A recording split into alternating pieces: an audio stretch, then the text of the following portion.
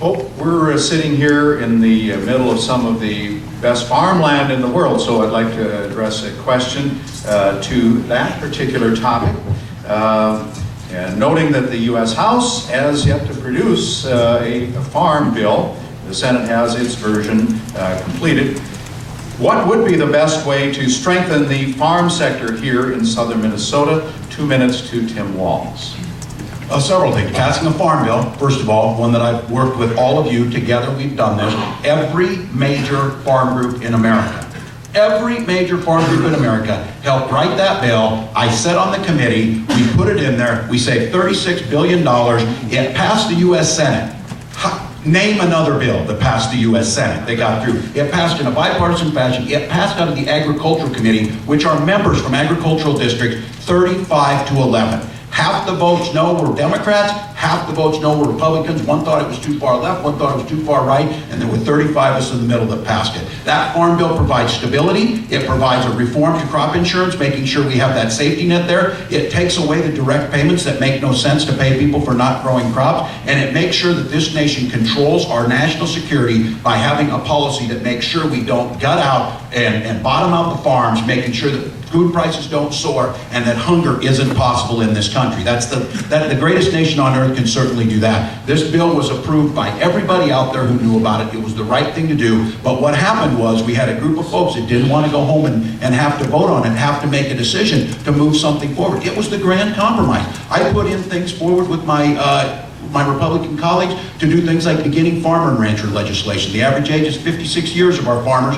We need to make sure we incentivize getting some of those young people on the farm. Some of my amendments didn't get passed, but at the end of the day, the bill was better than it was bad. It's that idea. And someone said, this bill's not perfect. Perfect's what you get in heaven. The House of Representatives is closer to hell. So we're trying to get someplace. We're trying to get someplace in the middle, and that's what's did. So I think you can do that. And secondly, I would say this. Give them long-term stability on energy and energy usage and grow homegrown American energy in the Midwest that we can translate that into jobs and dollars. Those two things.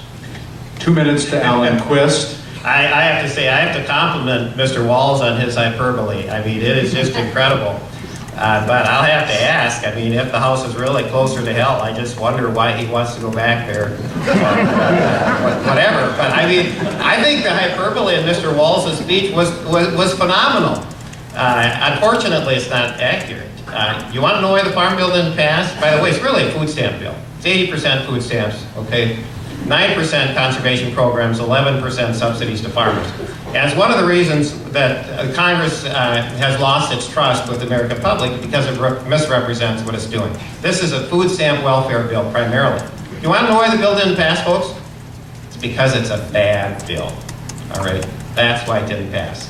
And in the last debate, Mr. Walz called me an extremist for saying it was a bad bill. Hey, I don't care what he calls me. This is a bad bill. Now, he says it's bipartisan. Of course, all the farm special interests lined up behind it, okay?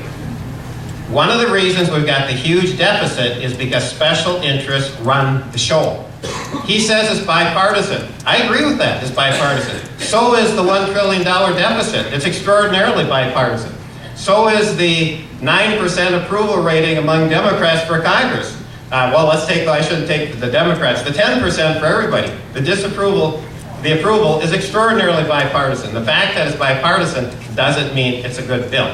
Now, I hope I have the chance here as time goes on to explain why it was a bad bill. Let me just begin with the fact that it doesn't roll back the renewable fuel standards, which is absolutely essential for the financial well-being of southern Minnesota and the entire country. And as I have the opportunity, I'm going to explain why that is absolutely critical. And when you leave out something this important, that's just one of the reasons why you have a bad bill. 1 minute to Tim Walz. Well, first of all, I was there when this was written, and I helped be part of this to be there. The other thing is you learn in Congress, the one thing you know for sure is you have to be able to count to 218. If you're yourself out there on an island, nothing gets done. That's called democracy, to try and move things forward. The other thing of calling this a welfare bill, this is a nutrition title. That includes meals for our seniors. That includes school lunches. 74.5% of the food in this is going to a child under 18 years of age, which in the long run ends up not only doing morally the right thing, it's economically the right thing. 85% of these people are working at least 30 hours a week. So the fact of the matter is, you've got folks on this, the special interests are saying they're going to do this and they tear it apart. It was time to get the bill done. It was there, we knew it for 2 years, we tried to pass it, but here's the thing. If you want it all or nothing, you're going to get the gridlock, you're going to get nothing done, and you're going to get the bickering that has dominated the politics on this. It is not a perfect bill, but it is far better than doing nothing to move things forward. So I'm proud to support it, and as is every other ag group. 1 minute to Alan Quist. Well, I'm a farmer myself. If you want to talk about ag groups, I'm in. But I just want you to notice the all or nothing terminology that Mr. Walz has now used 4 times. That's totally inappropriate. It just bypasses evaluation of the bills. But there's one thing Mr. Walz said that I agree with, and that is it takes 218 votes to pass a bill. Here's what's happening, folks. You have Midwest representatives who are like to vote for farm bills, unfortunately, even when it's a bad bill. And then you have more left of center people from both coasts that like to spend money, and I would say too often foolishly, on welfare programs. And so you have an ungodly coalition of liberals on the coast and people in the Midwest, and they put 2 subjects in one bill. Why? Because neither one could face the light of day by themselves. And so the fact that it takes 218 votes to pass a bill tells us that neither one is good enough to pass on its own. I say they need to stand or fall on their own. Don't do this ungodly coalition of interest groups. All right, let's shift gears if we could. What's the major foreign policy challenge facing the U.S. in the next 2 years, which would be your next term? Alan Quist, you go first. Okay, you know, I appreciate having a section on foreign policy. That's kind of unusual, pretty basic, but I think it's very refreshing. I am going to narrow my answers to these a bit because I want to answer only from the perspective of what a member of Congress can do relative to foreign policy. I'm not going to talk about what the president can do because I don't care I do care, but regardless of who the president is, I probably don't have any influence. So I'm going to limit it to the scope of of Congress. And I believe there are 2 fundamental challenges for Congress, both of which I would like to tackle with regards to foreign policy. The first is this, that the Congress has laid back in the weeds and has pretty much let the president conduct foreign policy, especially with regards to war. And Congress has been either, yeah, I approve or don't approve, cheer or not cheer, something like that, but it has not played an active role in military policy. I think that's a huge mistake. Why? Because the U.S. Constitution sets up a system of limited government and separation of powers. And the U.S. Constitution says that only Congress can declare war. It also says that Congress has the responsibility of managing the armed forces. Now, how you interpret that is not real easy, but nonetheless, the Constitution makes it clear that Congress has an important role to play in foreign policy, especially regarding war.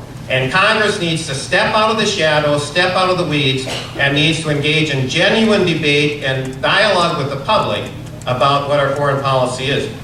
The second thing, and very closely related, is Congress needs to consider the fact that constitutional government by its very nature is limited government.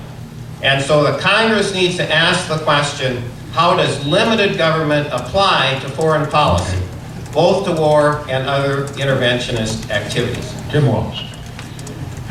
I think, and as you watch this, the instability and the unknowns that happened with the Arab Spring, obviously as the war in Iraq wound down, and of course Afghanistan, the way I see this is we have to start, and you're asked the number one concern, you start to silo things. I think we need to think broader on this. I think most of us in this room understand that many of our foreign entanglements end up happening because, and this is I firmly believe, we don't control our own energy needs. We get wrapped up in the Middle East because we export $1 billion a day to countries that hate us. They will hate us for free.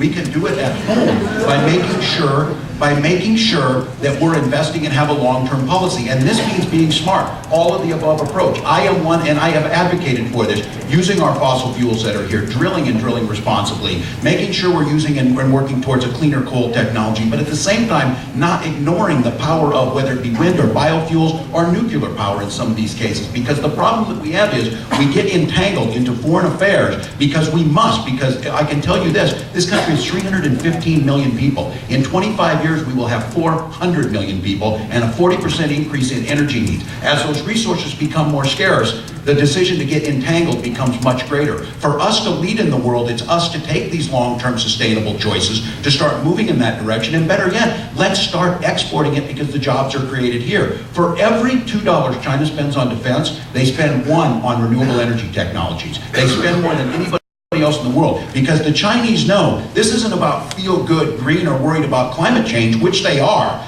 with all their people living near the coast, but what they understand is the country that controls their energy destiny controls the future, controls the security, controls where things go. So it makes no sense to me that we have a hodgepodge of things that is not allowing the lion of free enterprise to create a multitude of options for energy that extracts us from these conflicts. Alan Quist. I think I'm having some success here. I mean, Mr. Walz is now using my phraseology, the lion of free enterprise. I'm just delighted, because the key to solving our nation's financial problems is unleashing the lion of free enterprise, getting out of the way. Mr. Walz, I congratulate you. I thank you. I'm glad you've swung over to the hard right position of free enterprise. And that's quite a feat, you know, I give you credit for that. But look, seriously, Congress needs to start asserting itself in foreign policy, all right? George W. Bush, President Bush, formulated a doctrine called the Bush Doctrine. There were 2 parts to it. What did Congress do? Sat back and did nothing, all right? Is that the role of Congress? No. Congress has a responsibility in shaping foreign policy. What's President Obama's foreign policy? Okay. Jim Walz.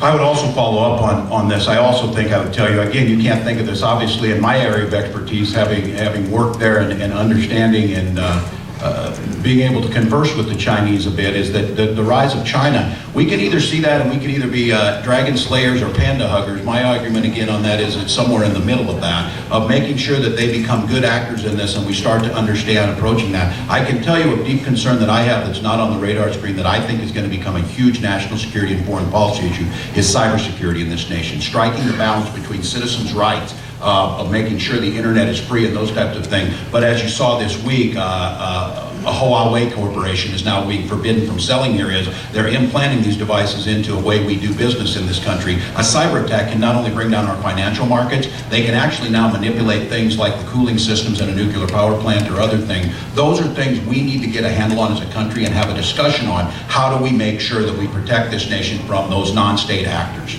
This debate will be labeled the Lion King debate. All right, for the rest of the discussion, we're going to open it up for your questions here in the audience, and make sure we get to as many questions as possible. A little tighter time limit, candidates, please. 1 minute, 1 minute answers to each question, and no follow-up as such.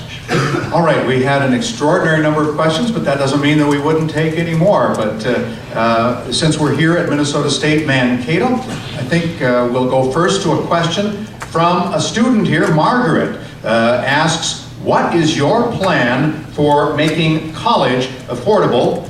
1 minute to Tim Walz. First of all, doing what we did, making sure that student loans are not a profit stream for private banks, and making sure that we invest in the country to do that. Also making sure that Pell Grants are there. When I went to school, 80% of the cost was through grants. I used the GI Bill, but my colleagues had 80% was through grants, 20% loans. We turned that on its head. Making sure that we had affordability in ways that you can get there, and making sure that we make college fit the jobs that are needed out there. Make it practical experience so when you get done, there's jobs waiting for you, growing that economy to have you there. Those are are things that I think certainly need to be there. We've made college too unaffordable. We've made it difficult for middle-class folks. And the bottom line on this is that nobody thinks you should get a free ride in this country, but the thing that has always been that set us apart is the opportunity that was there for the middle class, the ability for someone like myself to use the GI Bill to get an education and then be able to provide for my family. We need to make sure that we once again are producing more graduates, better graduates than any other country in the world. That will also grow the economy and give you the opportunity to succeed.